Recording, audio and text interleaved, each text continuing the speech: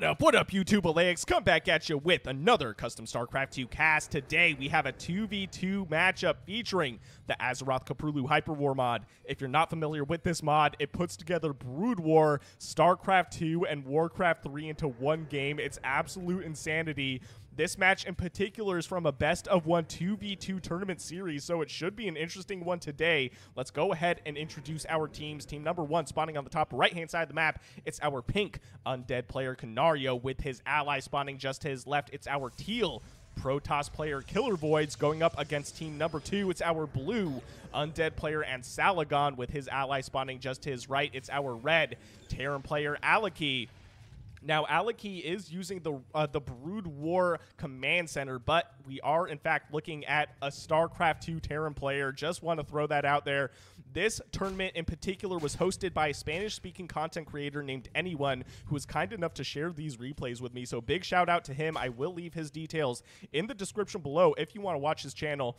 Now, back to the show. Karnario sending over this pink ghoul, getting some good scouting information, actually, and these two ghouls are out for blood. Will that ghoul survive, though? It looks like it will not. It does go down amidst the chaos of the mining SCVs, and I don't think Karnario saw this Reaper, so we'll see if Alekey is able to do any damage. Is Karnario responding to this at all? I don't think so. Now, to be fair, what is meta in this mod? I say it every time I cast this, but like, what would you respond to a Reaper with if you're an undead player? I really don't know. Obviously, some sort of army unit.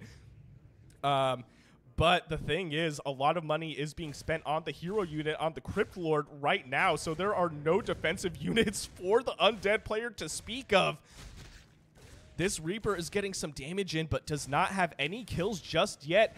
And KillerViods, what a good teammate, sending over the Adept to try and kill this Reaper, but the Reaper does get away with its life. 0 kills, so not ideal, but at the very least, Alekey was able to keep this thing alive. Now, if you are new to my channel, I do cast a lot of custom StarCraft 2 content, so if custom StarCraft 2 is something you're interested in watching more of, please consider subscribing to my channel. I would greatly appreciate it. And what is this? We have what is going to be an Oracle on the way. I do have the production tab hidden just because we're watching, 4 players, and this kind of gets in the way. So I'll open it up occasionally as we go, but for the most part, we're going to be going in blind and just looking at the minimap. The Crypt Lord is finished, as we can see right here. Where is our pink undead player? Oh, that is the production tab. Excuse me. And there it is, the Crypt Lord. I love that. I love how they just like imported all these portraits for the Warcraft 3. As far as I know, though, for the Warcraft 3 units, they were in the StarCraft 2 editor, if I'm not mistaken. So that does help out the modders just a little bit. This Crypt Lord doing quite a bit of damage, forcing the retreat on these ghouls. And where is this? The Oracle, there it is, with 0 kills so far, but I suspect that's going to change pretty soon right here. Rock. Oh man, the Crypt Lord, what a boss. Doing so much damage. Team number 1 is just being a pest. We're only at 4 minutes and 22 seconds into this game right now. And Ancalagon, I think his eyes are on a different part of the map, and this Oracle is doing so much damage. 7 kills. These ghouls are just mining. They're not even reacting to this at all.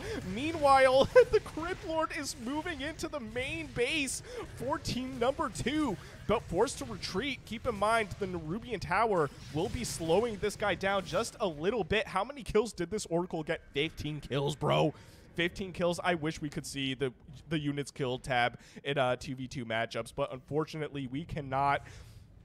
That is insane. I think team number 1 deciding, hey, look, we did enough damage to possibly win this game outright. We'll see, though. It really depends how much they decide to sit on the back of this, because now their economy is so much more ahead, I feel like, than team number 2. So we'll see. We'll see how team number 2 reacts to this.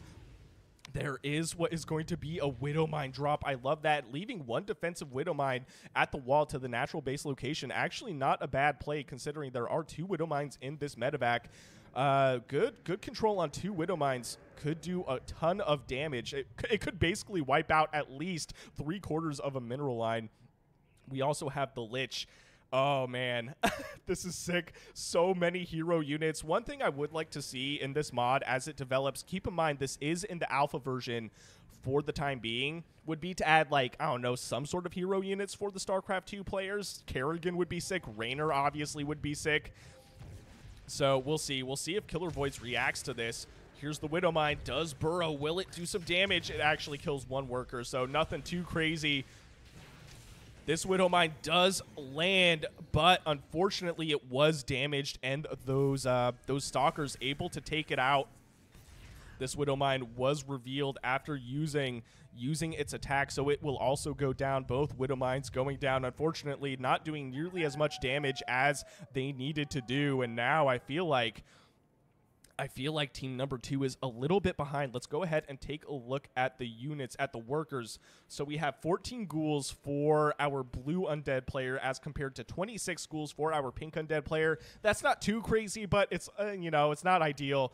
Looking at the teal Protoss player, 25 probes, and looking at the red Terran player actually with 39, now 41 workers, so that's not bad at all. Team number 2 is still very much in this, and what do we have here? We have gargoyles. It's like looking at mutas or something. I'm not entirely sure. Are they mutas or wraiths? You know, I feel like they look more like mutas because of their wings. Now, in terms of their utility, also, in my opinion, probably more like mutas. I mean, look at the way they're going towards the back of the mineral line for the red Terran player. This is possibly going to be disgusting to watch. Simultaneously, there is an engagement, a small engagement on the top left-hand side of the map. Let's see how red reacts to these gargoyles. I almost called them mutas. Also not reacting to this at all. We went from 40-something workers to now 33 workers for the red Terran player. Man. And simultaneously, this Crypt Lord is following around the blue Protoss army, or the teal Protoss army, I should say. That is hilarious. The mineral line in the main base is totally evacuated / killed, and the command center actually almost dead. On top of that, it is on fire, so we need some SCVs to repair this thing before it burns down. And man, these gargoyles just flying around like mutas. They have so much map control, it's insane. And we have on top of this what is going to be the warp prism. So I think team number 1 is going in for the kill right now. A warp in of a few adepts. That is not bad at all. This Oracle with 18 kills is still alive. That is crazy. We have the Shades coming into base number 2 for our blue undead player. And Ancalagon sees this immediately and backs off with those ghouls. We have the Nerubian Towers, but unfortunately the Nerubian Towers are too far forward. The ghouls are actually trying to get the surround on those adepts. Meanwhile, Alekey is coming in, moving forward, trying to do some damage to the army of team number 1, and actually not doing too bad. But unfortunately, these gargoyles, there's just not a lot of anti-air to answer them. And how many ghouls went down? These adepts are still alive. I'm not entirely sure that was the right move. Oh no, that is rough. I'm pretty sure the majority of those ghouls died to those adepts. That was actually insane.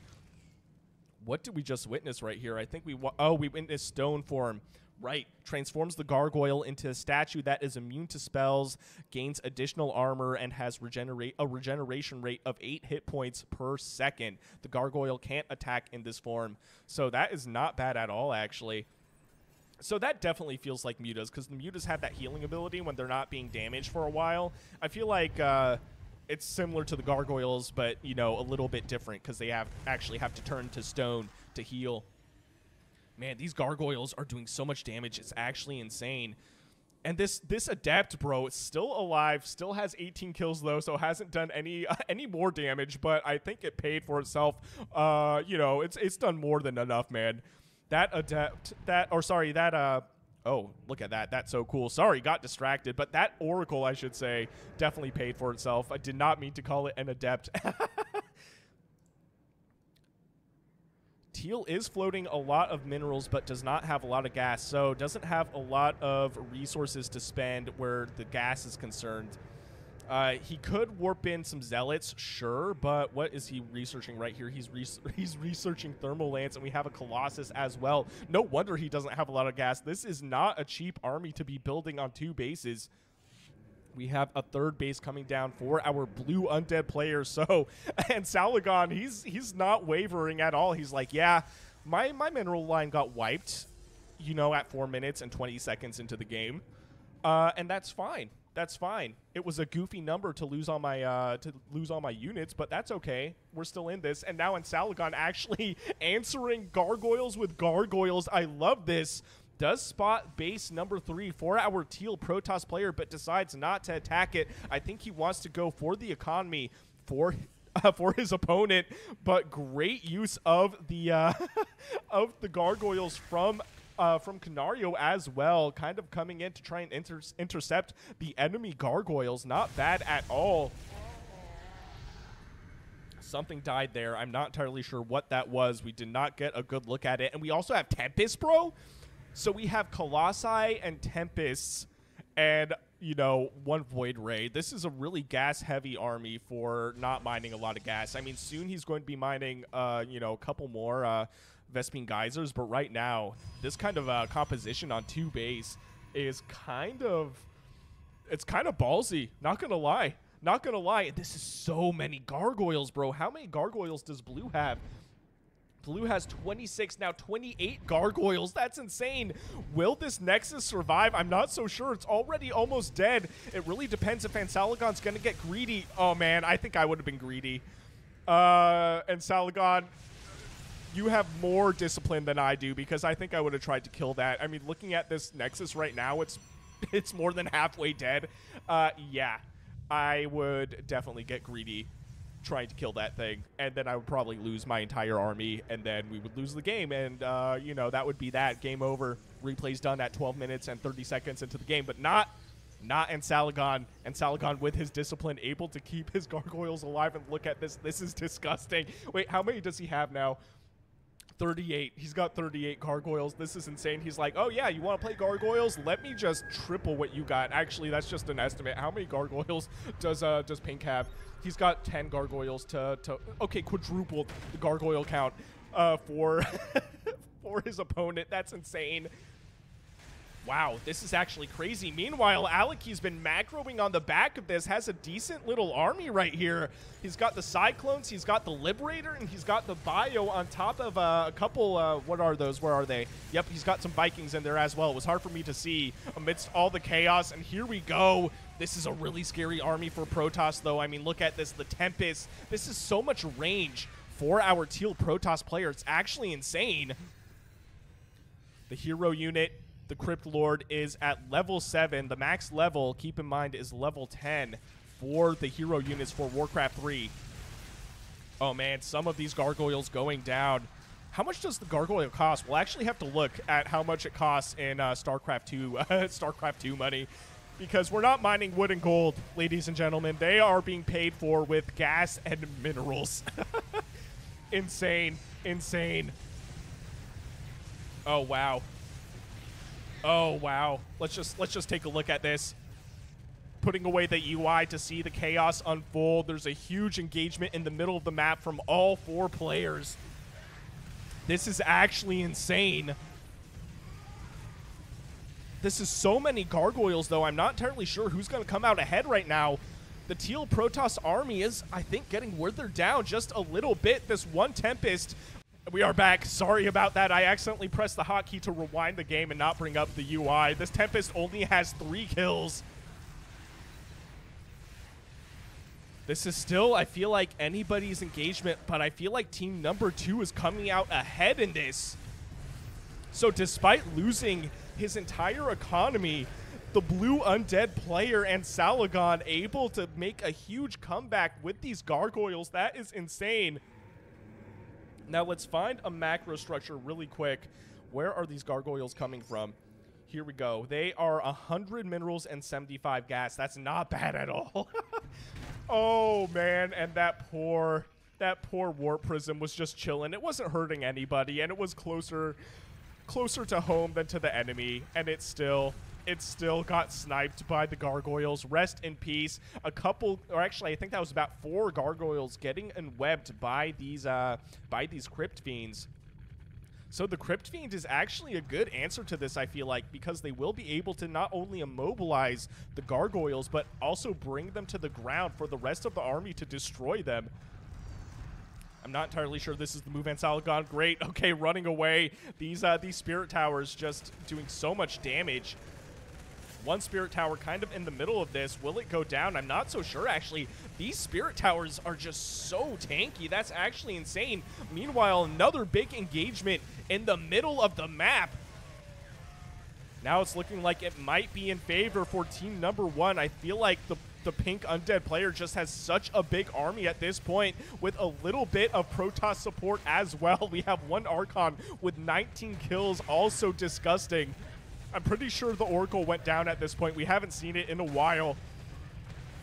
Oh, man, and the Lich will likely go down, and there it goes. I'm pretty sure it was level 10. I did not get a good look at that. We also have the Crypt Lord also at level 10, and look at this, 835 max HP at level 10. That is insane. That's what I mean when I say I think it would be cool to see, like, you know, the hero units for StarCraft 2 in the mix. Right now, this is relatively balanced as it could be, considering the fact that, you know, we have Warcraft plus StarCraft versus Warcraft plus StarCraft, right? We have a nice mix. What is this? What's going on right here? I saw some flashing. I do see some flashing. Oh, we got the diseased units. So the bio units for the Terran are diseased for the time being, but I think that's not going to last too much longer. And the pink army is looking insane. We have the meat wagons, which I just love the name meat wagon. That is such an iconic name. Things are quieting down for the time being. I wish we could see the units killed, but we can see the resources lost, actually. So resources lost for team number one. Let's take a look. Team number one, our pink undead player lost 10,000 resources. Or wait a minute, yeah, 10,000. For a second, I thought that was 100K. I was like, no, there's no way. And then we have 13,000 resources lost for our teal Protoss player versus 21,000 resources lost for our blue undead player, and 17,000 resources lost for our red Terran player. So team number one is in the lead in terms of resources lost. What is this? We have a Zealot run by on some of the expansions for blue, and I just realized blue kind of expanded on the rest of the bottom of the map. This is a big engagement, but it's definitely in favor for our pink undead player. Unfortunately, team number two did not consolidate their armies. They were kind of going in one at a time. So the blue undead army getting destroyed, and now the red Terran army on the back of this is like, wait a minute. We're too late. But great job, Ancalagon macroing behind this, able to reinforce their armies, but they have to move together.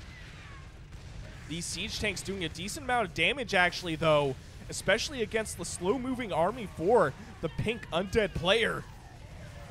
Man, that Crypt Lord with that ability, what we were seeing right there was Impale, I believe. There it is, yep, Impale, where it throws units into the sky, dealing a bunch of AoE damage. What is this? Why are we seeing a bunch of pings? I know. I'm looking at the engagement, man. We're fine. I think these siege tanks actually kept team number two in the game right now. This blue base did get destroyed, I'm assuming, by the Zealots that were running by. We do have a couple more bases, though, that are still alive, so things are doing are looking okay for the blue undead player, all things considered. Let's actually take a look at the units. We have 34 ghouls. Wait a minute. Oh, 34 ghouls for pink. So that's actually not as many ghouls as I think I would like to see. Taking a look at the ghouls for the blue undead player, 70, now 80 almost ghouls for our blue undead player, so he's way ahead in ghouls. Now we finally have 80 ghouls. That's insane compared to 35 ghouls for pink. So the economy is actually starting to look stronger, I think, for team number two. We'll see how this goes into the late game. I mean, we're already in the late game. We're at 20 minutes in the game. Oh, and we have another Tempest. Is that the same Tempest? There's no way. No, it's not. Okay. Oh, some storms, I think, on top of team number two's army. This Colossus with 4 kills is almost dead, just barely escaping the missiles from those Vikings. We have a second Colossus on top of this. Oh, man, my brain is not braining today. couple webs on these Vikings, but the Vikings are still alive. Not bad. A couple graphical anomalies there. I don't know if you saw that. These siege tanks doing a lot of damage, but they are a little bit exposed at this point. I would love to see some charge zealots come in and break the distance. I think Alekey is going to run away with these tanks, but are they going to survive? We also have a couple, we have a few, more than a couple Dark Templar on the back of this. The towers will be able to detect them, though, so they will go down, but able to snipe a few more units before they go down. And now team number 2 breaking the line and destroying so much of the macro, or potentially at least destroying so much of the macro for the blue undead player. This is so much stuff that's going down. This is insane. And on the left-hand side of this, we have base number 2 going down. This is disgusting. This is so insane. I wish we had kill counters on the Warcraft 3 units. I desperately want to see how many kills our Crypt Lord has, man. I need to see it. I need it, bro. I need it. And some charge zealots coming in to reinforce team number 1's army, and look at them go. They're acting like zerglings. They're just running around everywhere. Almost unstoppable, I feel like. The Lich, also level 10 with a total max HP of 595, will survive just barely, taking out one of the zealots that was chasing it. Oh, wow. The gold base, I feel like, was alive for a long time, but I think will ultimately go down. This is insane. This is absolutely insane. I don't know if team number 2 can come back from this. The Ghost Academy's also exposed. We didn't really see any Ghosts, though, I feel like.